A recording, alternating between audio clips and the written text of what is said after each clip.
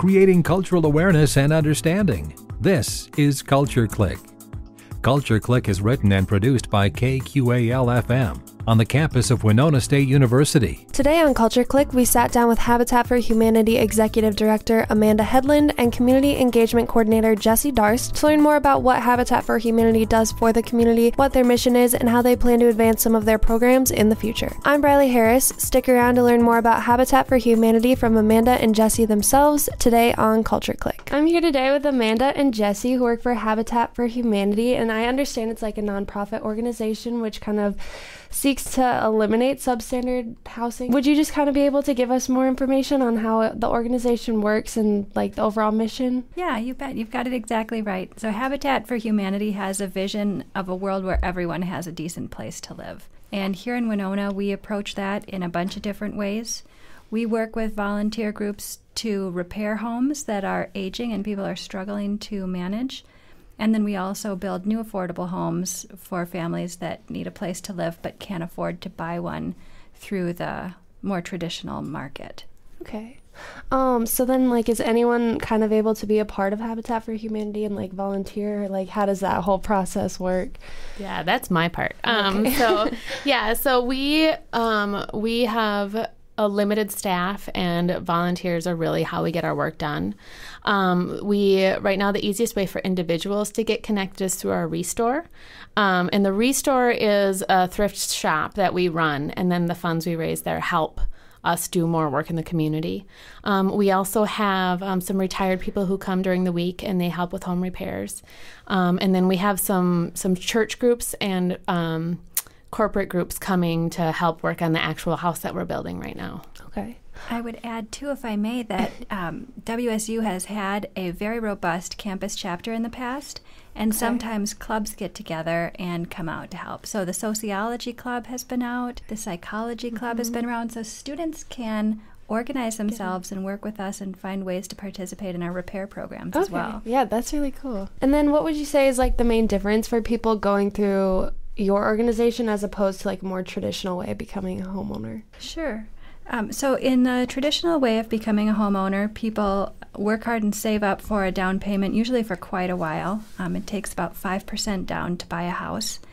And they have to have gone through the assessment process to make sure their credit score is high enough, that their income is stable enough, and that they have sufficient income to afford a mortgage payment that includes principal, interest, taxes, and insurance, which can be quite a large amount of monthly expense, especially now that taxes always go up a little bit. Homeowners insurance goes up as we see more natural disasters, and houses are getting more expensive to build. Land is getting more expensive to acquire. We've got lumber prices, paint prices, siding, and everything increasing.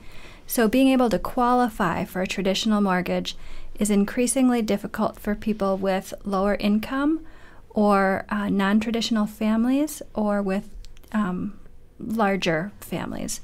So in the case of a single parent with multiple children, having sufficient income to afford a traditional mortgage is really difficult. So that's where Habitat comes in, and our loans have no interest. So Habitat home buyers still are home buyers. They buy their home for an affordable mortgage, but they do, over the course of 30 years, make payments just as a traditional home buyer would.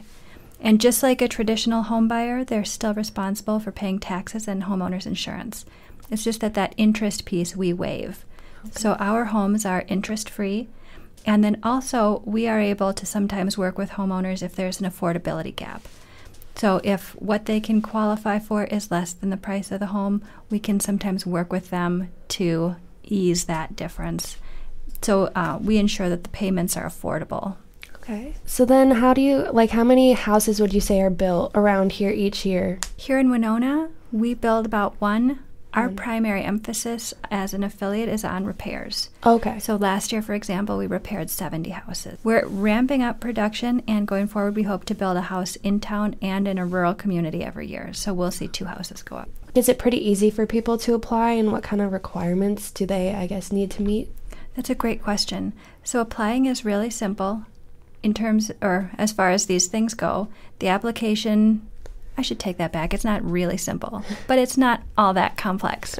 The application is 4 or 5 pages, and it collects basic demographic information of who is applying and who would live in the house, income information, expense information, employment history, things like that.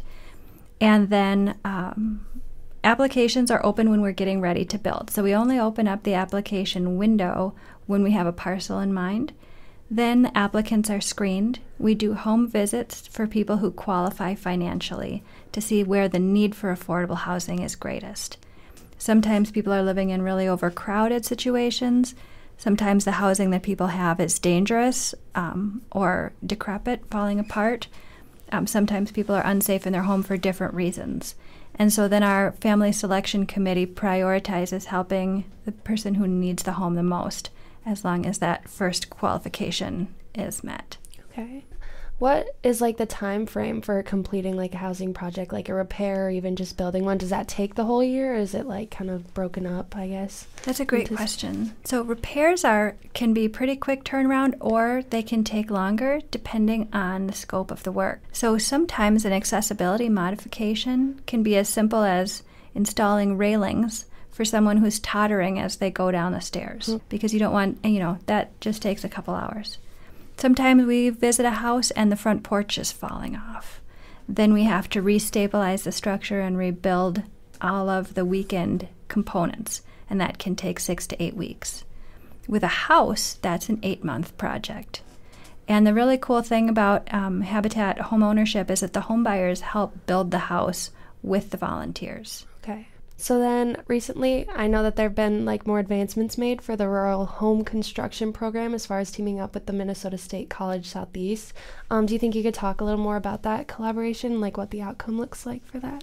Yeah, that's a really exciting collaboration because the students who are getting their degree in construction technology take ownership of the construction of that house. Okay. Their instructor likes to tell me that he teaches them what a footing is, and then the next week they pour one. And they build it from a hole in the ground all the way up to a completed single-family home.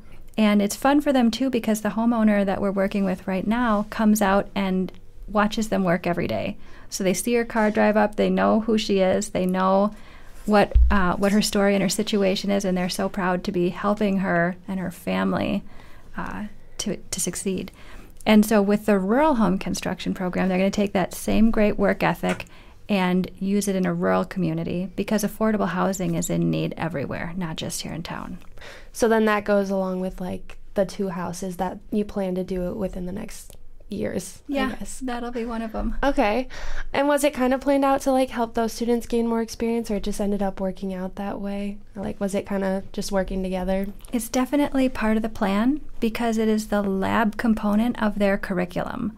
So just like in the sciences, there's the classroom work and the lab work, the construction technologies program functions in the same way. So students have classroom work, and then they come do their lab in all weather out on the job site. Wind, snow, rain, beating down heat. They're out there learning what construction is like. Sure, yeah.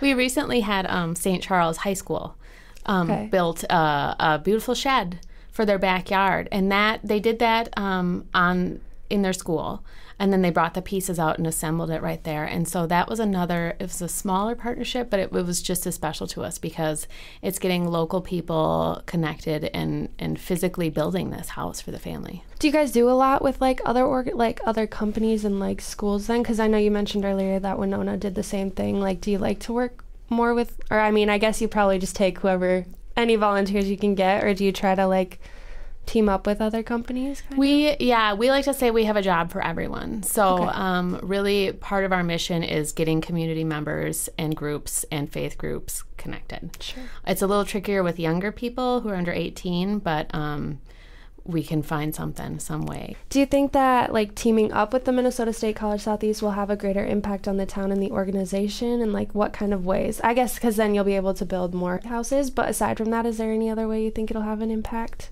There is a real shortage of employees in the construction trades right now. We're seeing a lot of retirement happening with the baby boomer generation kind of exiting the trades. My generation was counseled away from the trades, And so then, in addition to being a much smaller population size, we're all doing desk jobs, unfortunately. So there's very few people in place to take over these important construction businesses. So the other great thing about this program is it's really revitalized the construction technology program, and now they're graduating 30 students a year. And because of the experience of building homes in community here, people are staying in the region, and we really need our trades to thrive in this community. So we're seeing a great community impact in that way too. Yeah, that's great.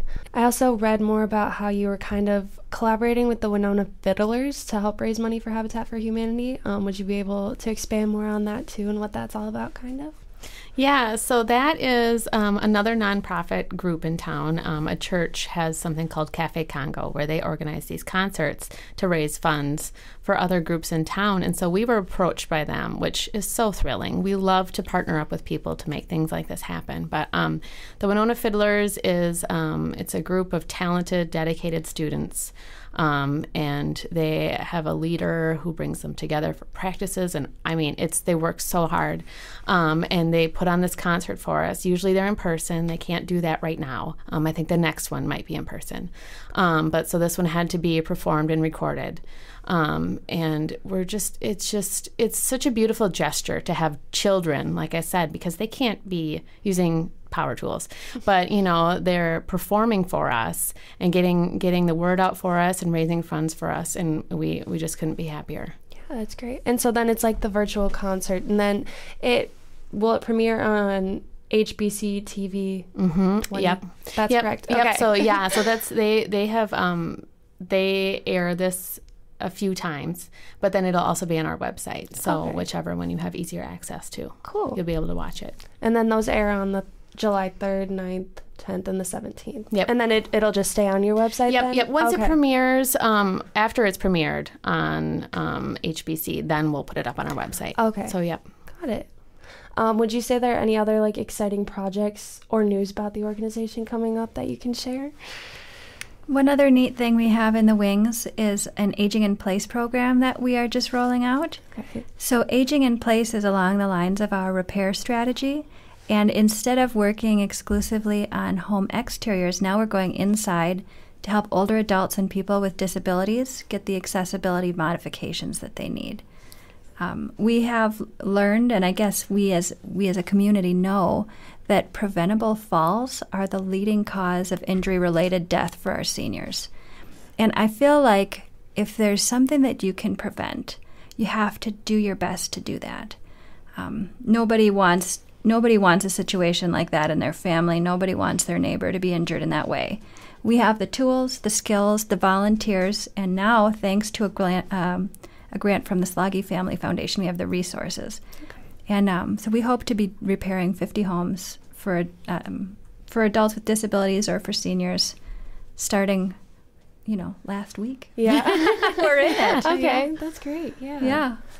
Well, I think those are all the questions that I had for you, but it was great to hear more about it and learn more about all the projects you have coming up. So thank you both for taking the time. And if I could say one more thing. Yeah, absolutely. Our website is habitatwinona.org/volunteer if you want to look into volunteering. Thanks again to Amanda and Jessi from Habitat for Humanity for joining us today on Culture Clique. For more information on Habitat for Humanity, visit habitatwinona.org. To keep up on all things Winona and the surrounding area, tune into Culture Clique, Thursdays at 12:30 right here on 89.5 KQAL. I'm Brylee Harris, and we've been talking all things Habitat for Humanity with Amanda and Jessi today on Culture Clique. Creating cultural awareness and understanding. You've been listening to Culture Clique. Support for Culture Clique is made possible by the Minnesota Arts and Cultural Heritage Fund. Culture Clique is produced by KQAL-FM on the campus of Winona State University. For more information, look us up on the web at kqal.org. And thanks for listening to Culture Clique.